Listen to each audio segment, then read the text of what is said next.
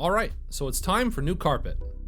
If you want to know how to remove all the interior bits, I have a full video that covers that already. I started by vacuuming all the dust underneath the carpet. This 32-year-old carpet is pretty bad, and that's after dyeing the fabric just last year.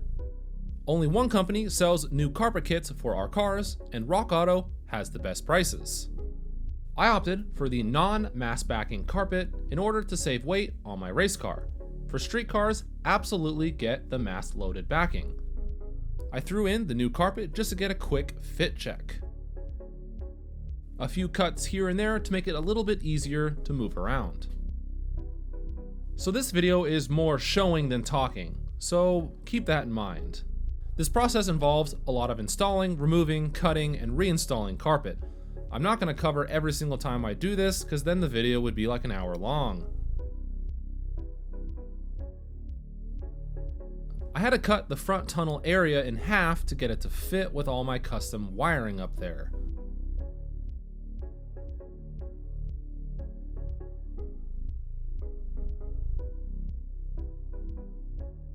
I used a marker to aid in my cutting around the driver footwell. It's best to trim tiny amounts each time. It's very easy to accidentally cut too much here.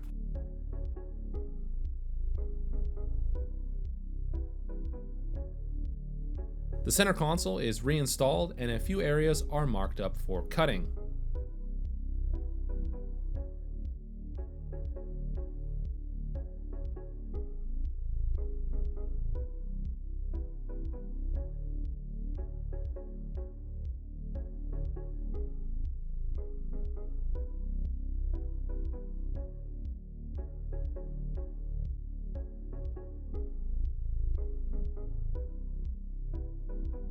A few more cuts here and there with these very sharp Japanese-made scissors.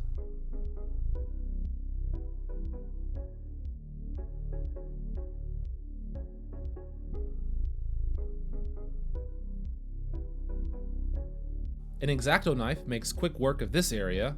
However, the underside padding is a bit harder to cut.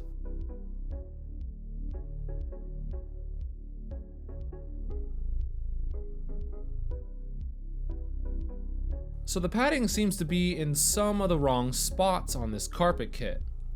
So I marked it up and removed the padding to get a better fit around the seat frame rails. I then reinstalled the padding in between.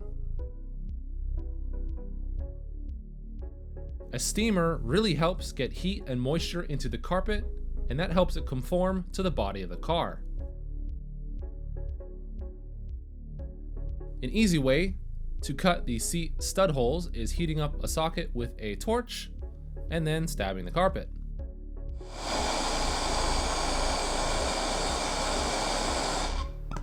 A quick stab and the carpet is melted in a nice circle that won't fray or unravel. I used some fender washers and M8 nuts to keep the carpet from moving around as I did all the fit up.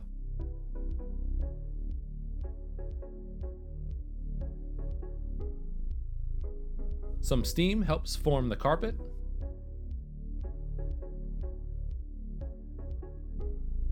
Once all 4 studs had washers and were screwed down, I laid more bricks and then waited a full day. That's what's really key here. The carpet will lay down better if you let it sit for a day or more.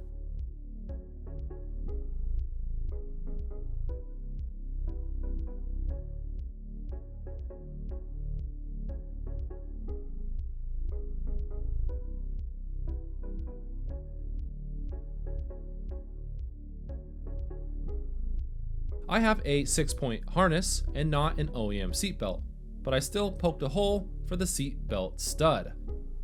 But instead of using the factory seatbelt mechanism, I just used a bolt to help keep the carpet down in that area. The excess from the sides is trimmed off. The plastic trim is then put back on for a test fit, and it seems to fit around the carpet pretty good. Normally there'd be a seatbelt mechanism here, but because I use a 6-point harness, there's no OEM bolt or OEM seatbelt here.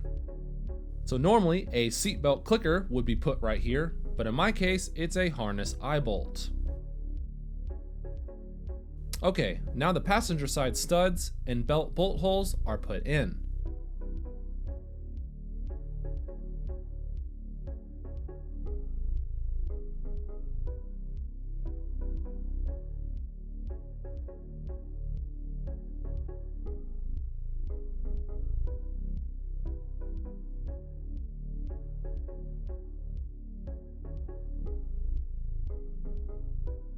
The passenger side carpet is trimmed off just like the driver's side.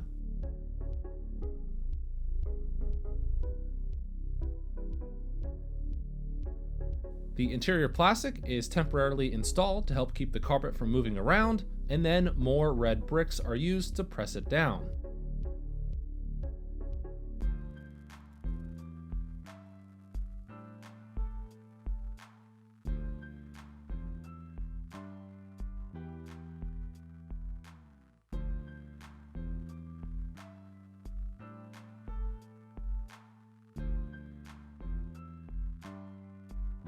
After waiting a full day, the carpet has laid down a little bit more than where I started.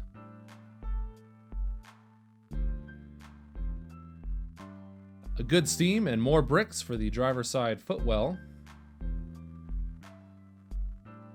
The rear seat mount holes need to be cut. I made a cardboard template out of the original carpet, and then an X-Acto knife makes quick work of it.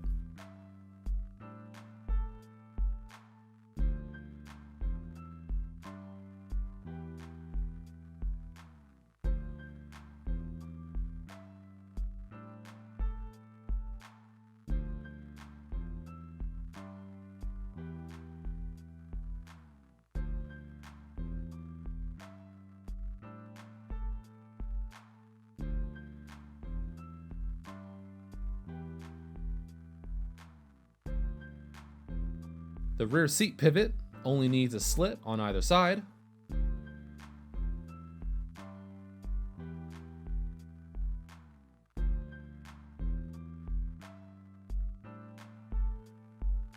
Some steam and bricks for the underseat area.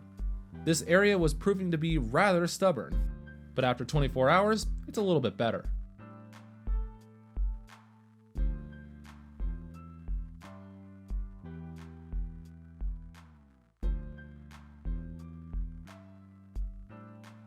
Now for the rear carpet. Luckily, the rear carpet is much easier.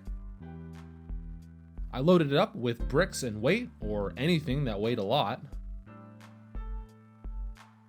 I almost trimmed off a little bit too much in this area, so be very careful. More steam and more bricks.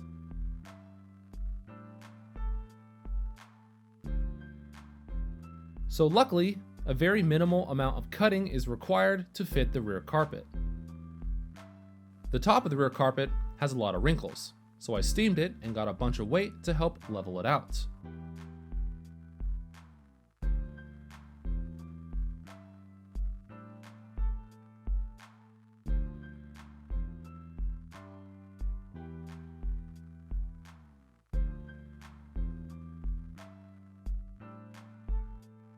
After letting the carpet sit for a few days, I removed the weights and vacuumed up all the carpet.